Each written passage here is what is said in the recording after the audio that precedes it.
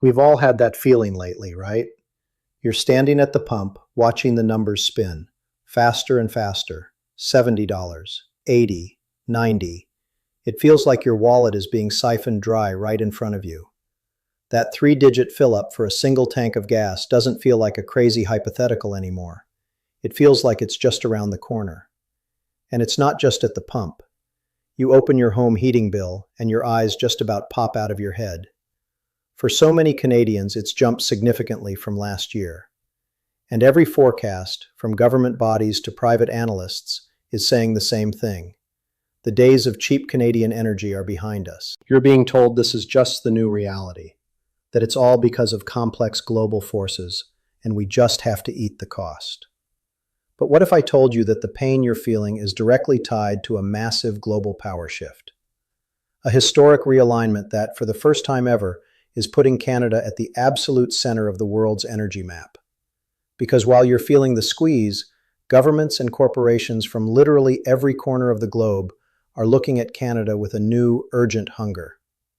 They're not just making polite phone calls to Ottawa anymore. They are signing deals, booking tankers, and betting billions on one thing: Canadian energy.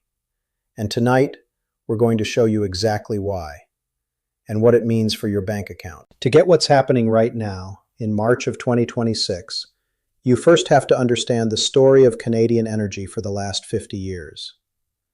For decades, Canada was an energy giant with a huge, crippling weakness. We have the fourth largest proven oil reserves on the entire planet.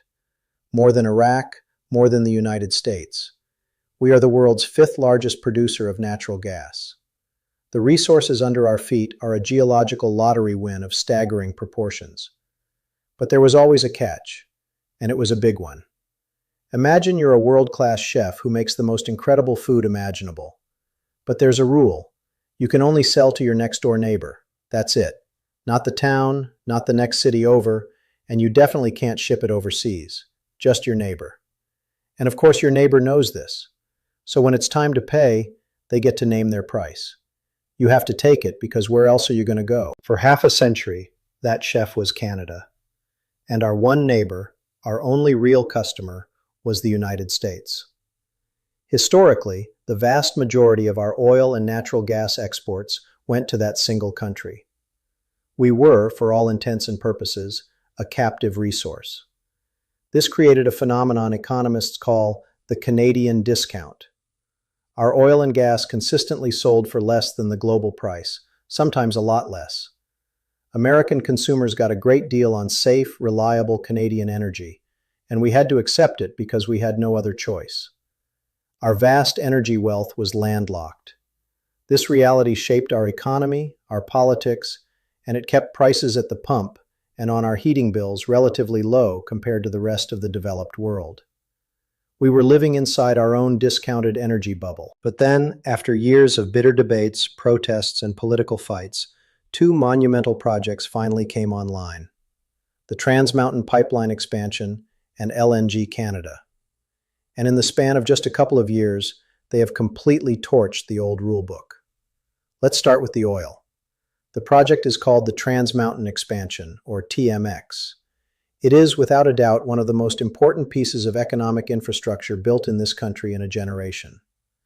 For years, a small pipeline snaked its way from Alberta's oil fields to a port near Vancouver. The expansion, which started full commercial operations in May of 2024, was like swapping that garden hose for a fire hose. It nearly tripled the system's capacity to 890,000 barrels of oil per day. Suddenly, Canada had a superhighway to get its oil to the Pacific Ocean, and from there to literally anywhere in the world. The impact was immediate. Between May 2024 and September 2025, our crude oil exports to the Indo-Pacific region skyrocketed from practically zero to an average of $571 million every single month. Within its first month, the pipeline system was already running at 81% capacity. But here's the twist. The biggest new customer isn't who you might think. The dominant buyer of Canada's new Pacific-bound oil is China. Before TMX, China's imports of Canadian oil were a rounding error. After the expansion, that number exploded, with China quickly becoming the top destination for petroleum shipped from our Pacific coast. So why the sudden voracious appetite? The answer is one word: security. Chinese military planners have a strategic nightmare they call the Malacca Dilemma. A huge portion of their oil imports must pass through a narrow strait of water between Malaysia and Indonesia. A conflict or a blockade in that single choke point could cripple their economy. Add to that the instability of other suppliers in the Middle East and Russia, and their situation looks even shakier. And then there's Canada, a politically stable, democratic G7 nation with a brand new pipeline offering a direct, secure route across the Pacific that bypasses those choke points. For Beijing, TMX isn't just a pipeline, it's a strategic lifeline. They get reliable, non-sanctioned crude, and our producers get much better prices than they ever could selling into the crowded American market. This is a fundamental rewiring of the global oil trade, and it's hitting us right here at home. That Canadian discount on our oil is evaporating. As our producers gain access to hungry global markets, the price of oil inside Canada naturally rises to match. It's the first major reason you're feeling that pain at the pump. We've joined the big leagues. But oil is only half the story. The other revolution, the one messing with your heating bill, is happening with natural gas. And in some ways, this change is even more dramatic. If you thought our oil was cheap, for years our natural gas was practically a giveaway. In 2024, natural gas prices in Alberta were scraping the bottom of the barrel. We were swimming in it, producing way more than we or our only export customer, the US, could use. This glut kept our home heating costs artificially low. Just like with oil, the problem was getting it to anyone else. You can't just put natural gas in a regular tanker. You have to cool it to a mind-numbing minus 162 degrees Celsius, turning it into liquefied natural gas, or LNG.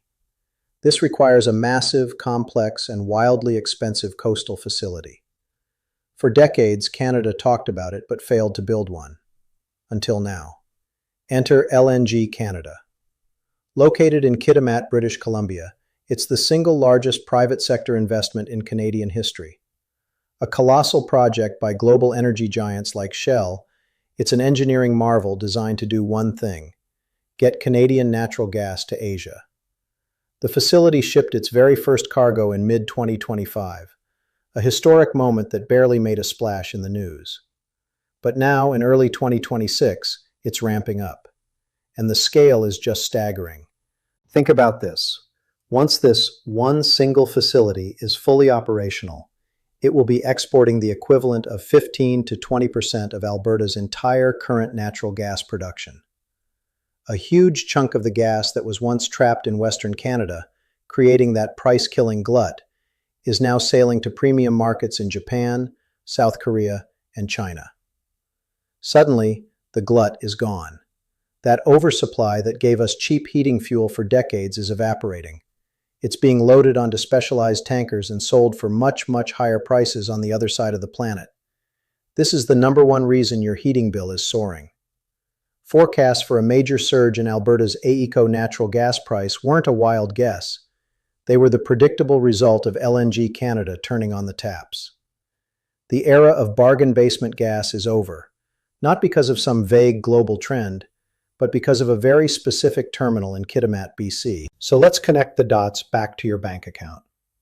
For your entire adult life, the price you paid for energy was mostly determined here in North America. We were in our own little bubble. That is no longer true. Thanks to the Trans Mountain Pipeline, the price you pay for gasoline is now directly linked to the strategic needs of Beijing. Thanks to the LNG Canada terminal, the price you pay to heat your home is now directly linked to the energy demands of Tokyo and Seoul. We have officially joined the global energy market, and that's a double-edged sword. For Canada as a country, it unlocks immense wealth, higher government revenues, and a stronger economy. But for you, the Canadian consumer, it means the prices we pay are no longer insulated from the rest of the world. We are now competing with the entire planet for our own resources. And the convergence isn't over. As these export channels become more established, the pressure will continue to push our domestic prices closer and closer to the global standard. We will be paying world prices, full stop. This massive shift isn't just about two projects. It's about what Canada represents in an increasingly chaotic world. Why is everyone suddenly so desperate for Canadian energy? The answer is stability. In a world drowning in geopolitical risk, Canada is an island of predictability. Think about the other major players. Russia has shown it's more than willing to use energy as a weapon. The Middle East is a powder keg of conflict, with critical shipping lanes that can be threatened overnight. Then there's Canada, a stable G7 democracy with a robust legal system and a respect for contracts. An ally. Our energy comes with something no one else can offer in the same quantity: peace of mind. This is our new brand on the world stage, the reliable, stable, democratic energy powerhouse. And global markets are willing to pay a premium for that. This isn't a temporary blip. This is the new foundation. The partners behind LNG Canada are already exploring a potential second phase to double the project's capacity. Two other facilities, Cedar LNG and Woodfibre LNG, are already under construction on the Pacific coast. The world isn't just calling, it's investing for the long haul, seeing Canada as the answer to a generation of energy insecurity. This is a monumental change for our country, and it's happening right now. The shifts we're talking about today will affect your life for years. If you want to keep up with the real stories that are shaping our future and your finances, make sure you subscribe. We cut through the noise to give you the facts. And I want to hear from you. Drop a comment below.